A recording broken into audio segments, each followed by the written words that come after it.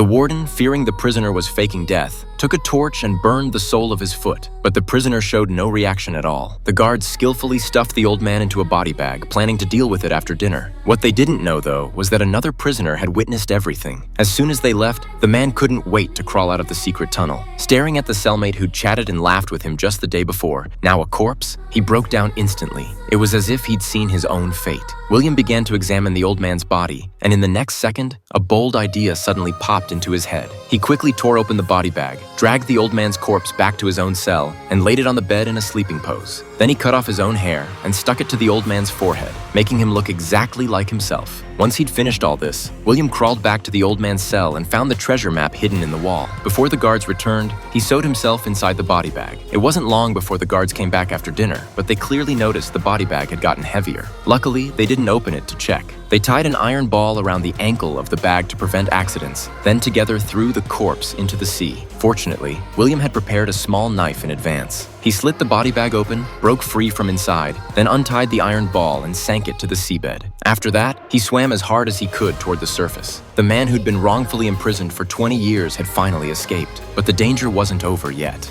On the other side, a guard noticed something was wrong while delivering meals. No matter how he shouted, the man in the cell didn't respond at all. When he got closer, he was horrified to realize William had escaped from prison. After moving the bed aside, the warden found that the solid stone in the wall had been easily moved. He held a torch and looked inside, only to see a secret passage right in front of him. But by then, it was already too late. William had summoned all his strength and already swum to the shore in one go, starting his path of revenge from that day on. He walked for days, relying on vague memories to return to the small town where he'd lived, only to unexpectedly learn that his father had died years earlier. William broke down immediately and walked toward the cemetery in disbelief. It wasn't until he saw his father's tombstone with his own eyes that he realized how much suffering his family had endured. Just then, William spotted his own tombstone nearby. The date of death was the very year he'd been sent to prison. It turned out the people who'd framed him had never intended to let him come back alive. Later, William went to his fiancée's house, only to be told she'd already married someone else. At that moment, William felt like he was suffocating. But what he didn't know was that the man his fiancée had married was exactly the enemy who'd framed him and sent him to prison.